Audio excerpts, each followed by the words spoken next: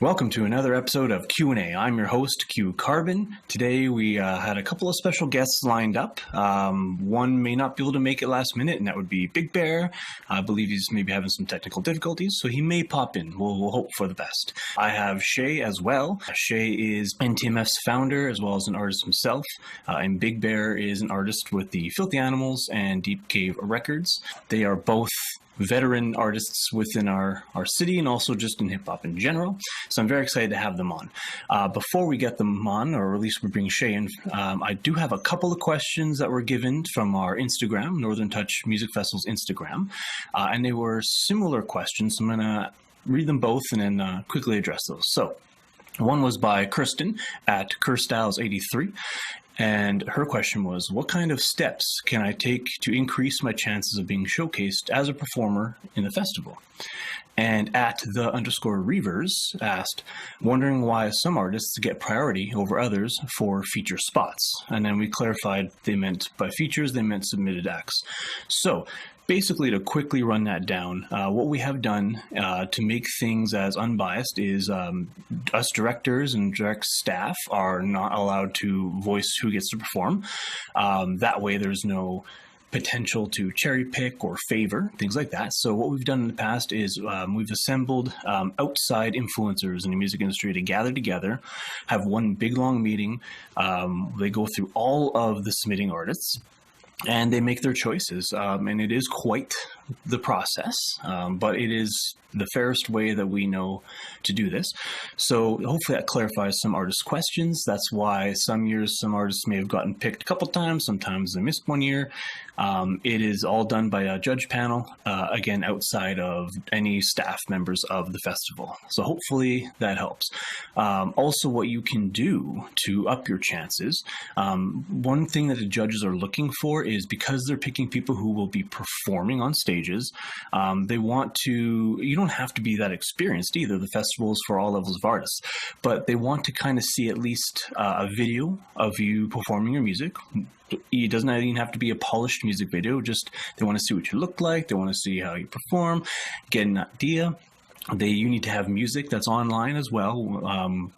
It'd help to have songs without video as well, just to give these judges ideas of what your music's like and what you're like. And then they just make their decisions based on a lot of conversation. So that is the best way that you can set yourself up to be considered.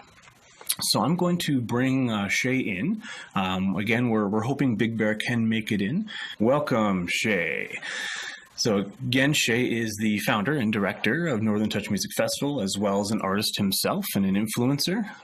And so today's episode, we brought him on, and we're going to have Big Bear on to just discuss overall festival things, how we run, what we're doing, why we're doing it. Just a nice general chit chat to hopefully help spread our message and let people know what's going on. So welcome to the show, Shay. It's great to have you on here. And how are you guys coping in your home in these COVID times? Pretty good. Thanks for having me on.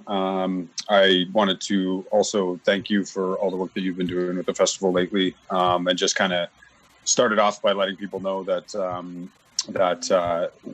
with everything that's happening in the world and just the way that the festival had been running, I needed some support and I needed help. And Justin has been my best friend for a long time, and he knew and realized the potential and impact that the festival had on the community here. Mm-hmm. And so he stepped in and started volunteering. So I want to thank you for that. I wouldn't even consider myself the director currently. I would actually consider myself not really necessarily actively participating in continuing kind of the operations of the festival. So thank you for taking that, stepping up and taking over that. I know that it is a thankless job, and I did it for years, and I know exactly how difficult it can be and how much stress it has. It can leave somebody, which leads me to, how are we coping right now? We're doing okay. Obviously, I was very open about it during the time that I was working on the festival, but the festival was very hard on me. It was very hard on my family. It took a lot out of me financially. It took a lot out of me personally. and it took a lot out of me to help folks, which is why I really wanted to have Bear on this conversation, because people like Bear are very important to me.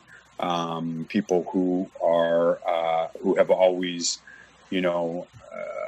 pushed back or opposed some of the things that I've done or decisions that I've made, are still very important to me. I know that there are people out there who always had a problem with me. Charlie Feta, Bear, maybe not had major problems with me, but have always, bumped heads or thought that I was in it for, different reasons than they thought, or I thought, or whatever. And so I really just wanted to kind of air those things out. I'm just not into the ridiculousness of all of that. So it does suck. I wanted Bear to be here so that we could actually answer some of the questions that were coming up in regards to why was the festival founded, and what the purpose of it was, where we were heading, and just kind of talk in general on a more personal, real talk, instead of some sort of some stupid press release or some stupid you know what I mean? It's not. I want to talk to people. I've always been trying to help people as much as possible. I've always been trying to be there for people when they answer. And right now, as most people have known, I've pretty much slipped off into the darkness, into the back of the corner, because of the fact that it is torn me apart. And I think that I need to... There's an interesting article that I was reading recently about the difference between rest and recovery. And this is a period for me to stop and to recover, not just to rest.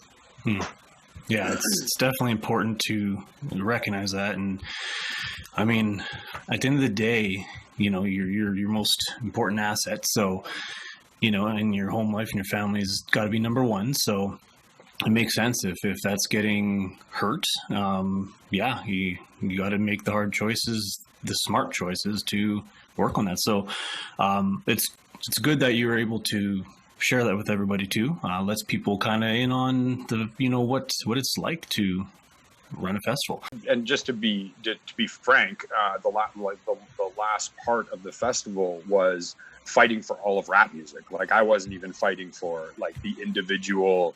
It started out as being I'm trying to help the individuals, or I'd see somebody that I feel is talented, and I'm like, man, I really wish people like that had opportunities, or I really wish that they had a chance, or I wish that I had an opportunity or a chance, and so I was building a lot around that.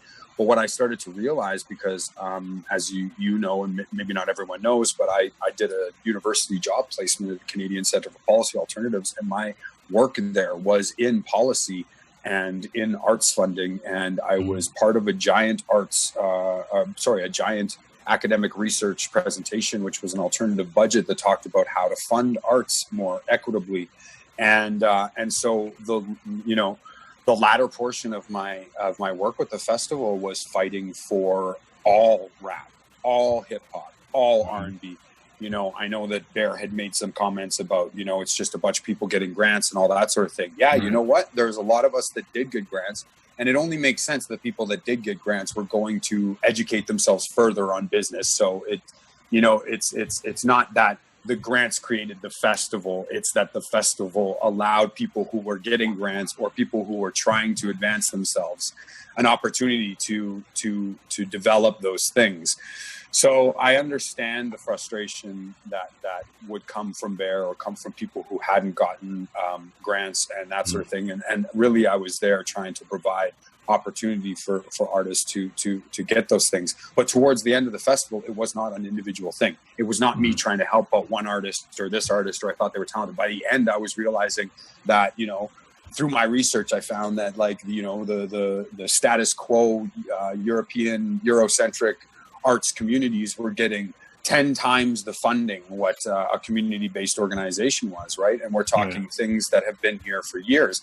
Yeah, they make a lot of revenue. Yeah, they have a lot of support. So where is it for community-based music? Where does rap fit into that? Where does hip-hop fit into that? Where does any underserved music genre that isn't typically European based, where does that come from? So yeah, the last portion was not even fighting for individuals. It was fighting for the whole thing. And and that really didn't help, because that made me even more frustrated to find out just the millions and millions of dollars that's going to other places. And you're fighting to try and make a, $5,000 or something like that. Yeah. It's ridiculous. It is ridiculous. Yeah.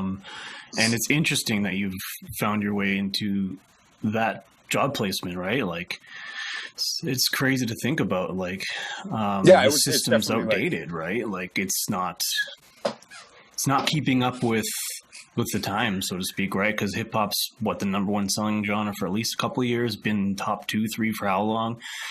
And yet there's still a lot of this, lack of support in a lot of areas. And it makes it really tough to run a festival. It's based around that. But that's, like you said, that's why we're doing this, because it needs to be done. Otherwise it won't happen. And these Eurocentric different types of arts are going to just continue getting most of the pie, and well, it's not just that. It's the fact that let's be honest, if everyone can agree that there's a certain level, a hierarchy of power in politics, then if we don't have someone in the higher levels like that fights for rap music or fights for any of that, then we're literally at a loss. It's literally a bunch of rap artists fighting over this little tiny slice of pie, these crumbs, when I'm sitting here trying to understand why fight over that when there's millions of dollars that could be had for, community-based art projects, for the fact that we were helping younger people, that we were helping, there's just so many different things that we were doing that it just, to me, is like, I realized that the argument and the battle was so much bigger than expected, especially when I started doing, further research and just and uncovering some of this stuff. Like, it was so hard. If people understood that, and I want to talk about it, because I'm super open about this stuff. I don't want, I've been open to share everything. We're a nonprofit. The financials, you can come and look at it, go for it.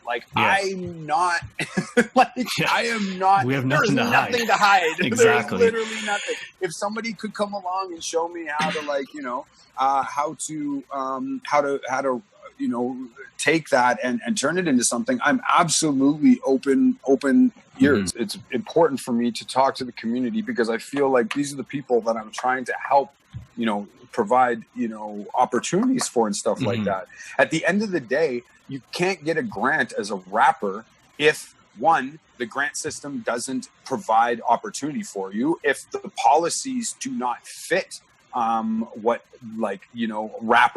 rappers make music or how they live their life.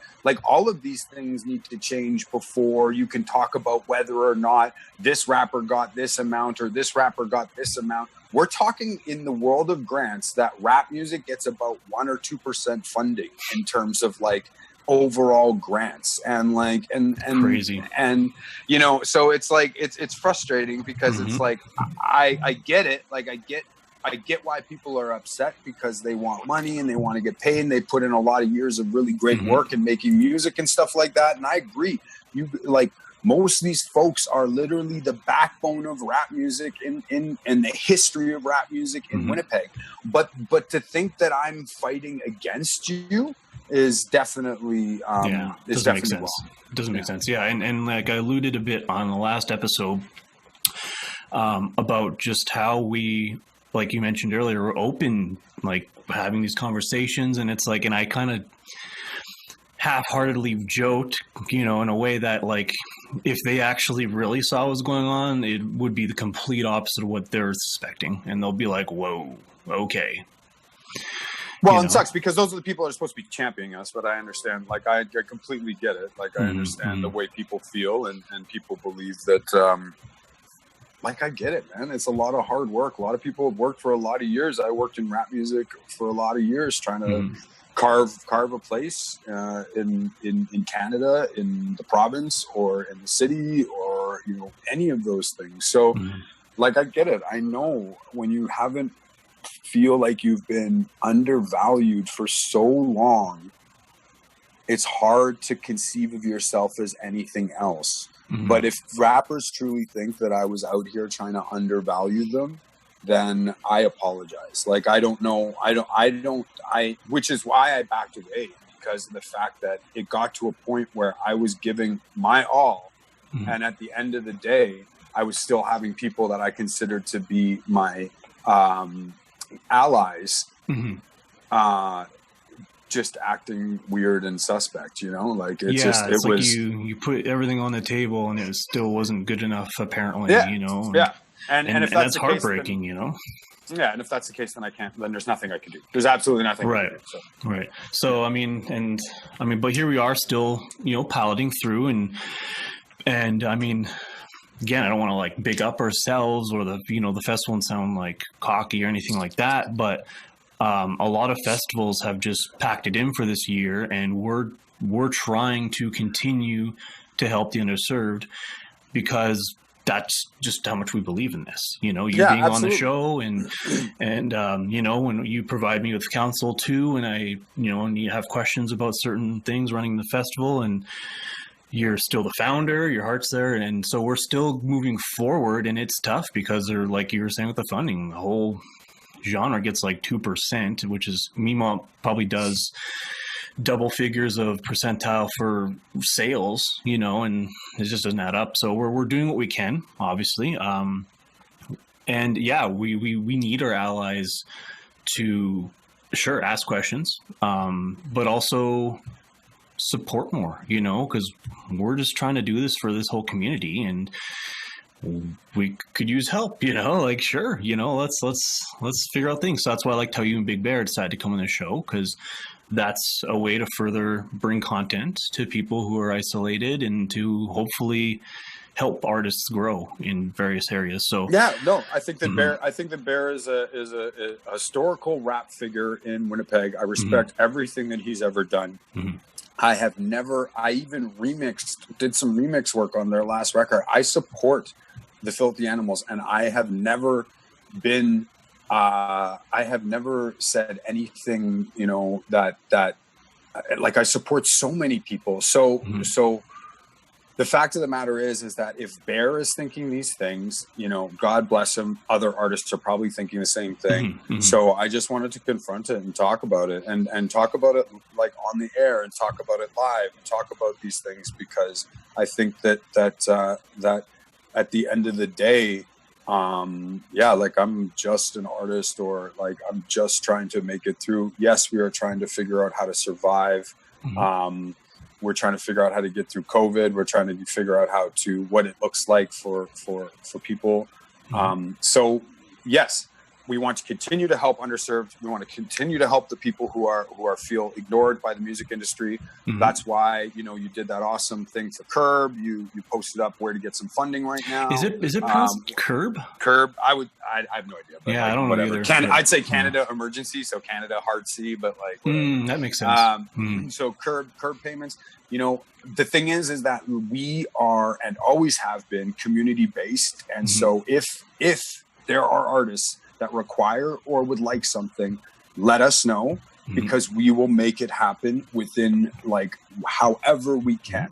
Yeah. And so I think that that's mostly the best thing that I can say at this point. Well, what's going to happen with festival? I don't know. And I don't know what that means in the next coming years. Do we become just strictly education based? Do we not do performances? Do we do online? Do we continue to, I've been, wrestling with the idea of trying to create a funding body. Like, there's a lot of different things going on, a lot of wheels going, but and at the end of the day, right?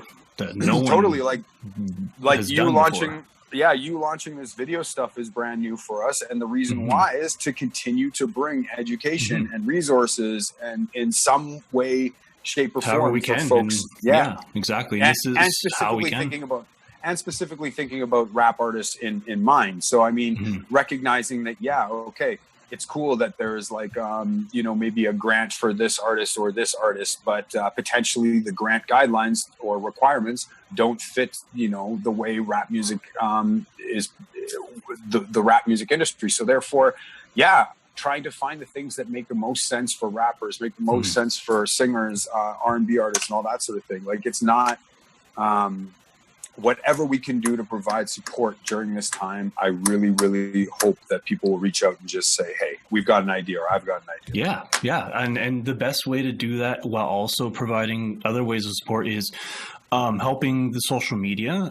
That's how we get the word out to these artists. So I would like to call upon people to, try to, if you can, comment more, like more, share more. We want more artists to get this help. We want to spread the word, and it's tough on virtually no budget, really. Let's be honest. We're all in COVID right now, figuring this out. So, we're just doing the best we can. But I want to call upon.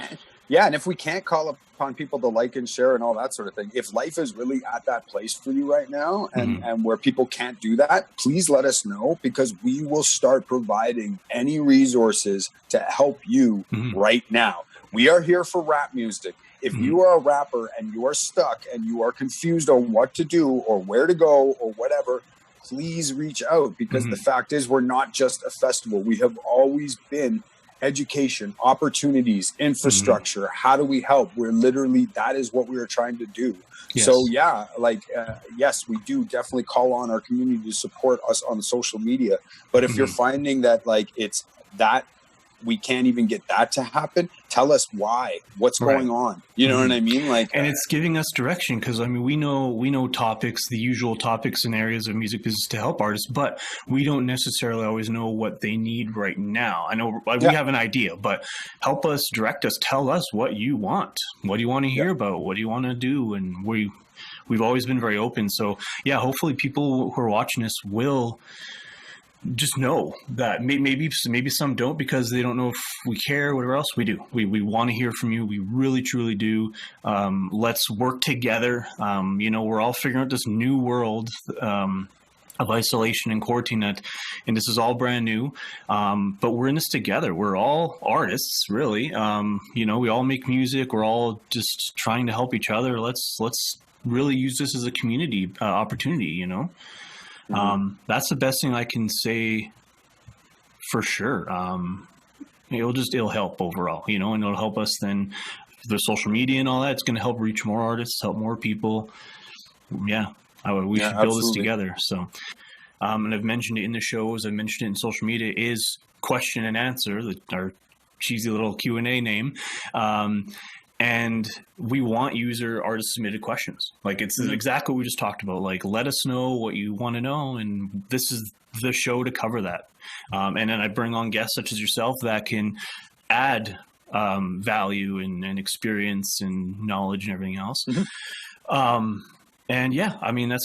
is what this is. So hopefully people, maybe I just didn't do a good enough job of communicating that. Again, we're limited in what we can do. And so hopefully more people see this and will have the courage or the want to talk to us. For sure. And if people have questions for me, I will admittedly say that I've deleted a lot of my social media, including my artist stuff. I'm actually at that place mentally right now where I'm having a very difficult time. When I talked about it out loud a year and a bit ago and said, look, things are not going very good for me. I am not a squeaky wheel. I was talking to announce that I was going to have to make some changes because of what was happening to me. And so and with COVID, I just realized, okay, this is a time that I can break now. I am not going to push forward doing this. I need time to recover. And so if people do have questions specifically, or they want to reach out to me specifically, I do have a Facebook or whatever that you can reach out to me, but more so maybe, through the festival too, just reach out to the festival, the info at email, and I will try to answer some of the questions. Again, just to be transparent, I am not connected to the emails anymore. I have had to turn them off to try and turn off kind of life. In fact, we do filter through to you. Yeah, you guys got it. So I'm just saying that no matter what, if they have questions, you'll know. We'll definitely let you know. Get to me. It's just that I have to respect myself, and I have to take care of myself, and mental health is so important. And we talk about that a lot in the festival. As part, a lot of our education is on that. And so it's a great example that you're explaining this and opening up to people too. It's a perfect example of people need to talk about it. People need to take those breaks. They need to reevaluate. They need to watch their stress levels. And, you know, you got one life, you know, and you got to treat yourself properly and keep yourself healthy, right? So, yeah, that's very important. So I guess basically what we can kind of get towards leading towards the end of this year is maybe you can see our mission statement on the website. We do talk about it a bit, but you were the founder. This was your brainchild, this whole thing. You created the original statement. So maybe in your own kind of words, you want to briefly kind of remind people the focus of the mission is. Oh yeah, Mm-hmm. Absolutely. The mission statement has always been that I recognize that rap did not get the same type of respect that other music genres did in terms of like the bigger industry. And so it has always been that Northern Touch Music Festival is trying to create opportunities and infrastructure for underserved music genres. And by extension, helping out the communities of people who make that music, which means that, and I'm just clearly saying this very frankly, white European singer-songwriter music was making all of the all of the money is like catered to really, really well. And so I was trying to give, opportunities to people who are outside of that or who did not fit into that mold or who appreciated a different genre of music. And not just that, but also like not just providing the opportunity and infrastructure, but really at the end of the day, recognizing that there are communities that make that music that are also ignored. Whether it's the struggle of whether it's a racial struggle, an economic struggle, whether it is a struggle that has to do with any sort of like social issue. We know like systematic social issue. We totally recognize that. And if we are trying to create opportunities for rap music, we recognize that we're also shattering a system of funding that comes from old colonial patriarchy system. And so with knowing that, we make decisions based in understanding that as best as we can. And I think that that's one of the things that people need to recognize is that that's what the mission has always been. It has never been anything other than that. For those who have thought that the festival was like ignored them, I apologize. I would love to deal with that directly and personally if you want to reach out to me, because I believe that in terms of the entire music industry, that we were doing our best to create a space for people who would have otherwise not had a space at all. We're basically, we're trying to be a larger voice as an organization as opposed to individual artists. And I think you can agree with me when I say this, like, because we're representing the underserved genres and communities, we're like a wedge trying to get in the system. You know what I mean? And it's pushing back, and it's an uphill battle the entire time. But it needs to be done, or it won't happen. So, yeah. And absolutely, if people like recognize that we are a registered nonprofit, everything is registered. Go look at the finances. None of us.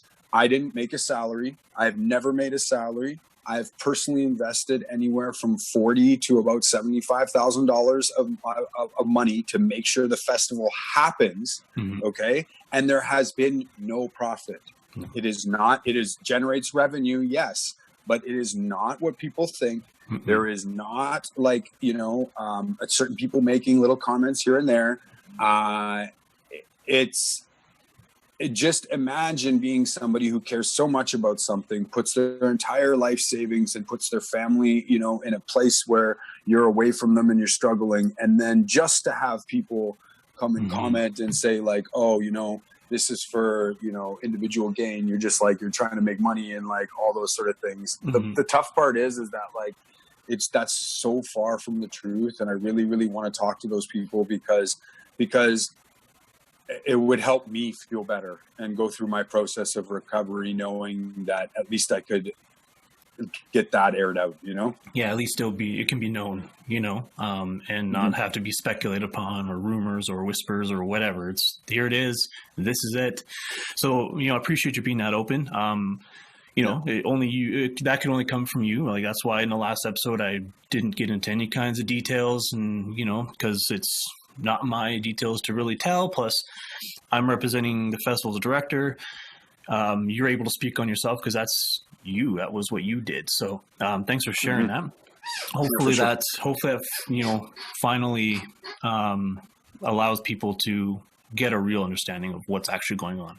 You know, again, we said we're open book, and that's as open book as it can get right there. You know, you put everything into this, and then like other directors have been involved, including myself. It's all voluntary. Like, we're not getting paid. We're putting our own, like, I mean, I haven't put up very much money at all, very, very little, to be honest, but just a lot of sweat equity. And so yeah, of course, which is still, that's all so important. And Pauline put in a lot of work, and like, you know, very little money for Pauline, like, and if any. And so it's like, and she's got 2 kids, and like, she's like, we're all like, I got like, it's like, come on, like, and at the end of the day, like, I get it. We got to pay our own bills too outside of this with how we make our incomes and life. So I want people to understand that this festival has always been a group of people who really, really love the music and come from the community and really care, but was trying to wedge ourselves into a larger place.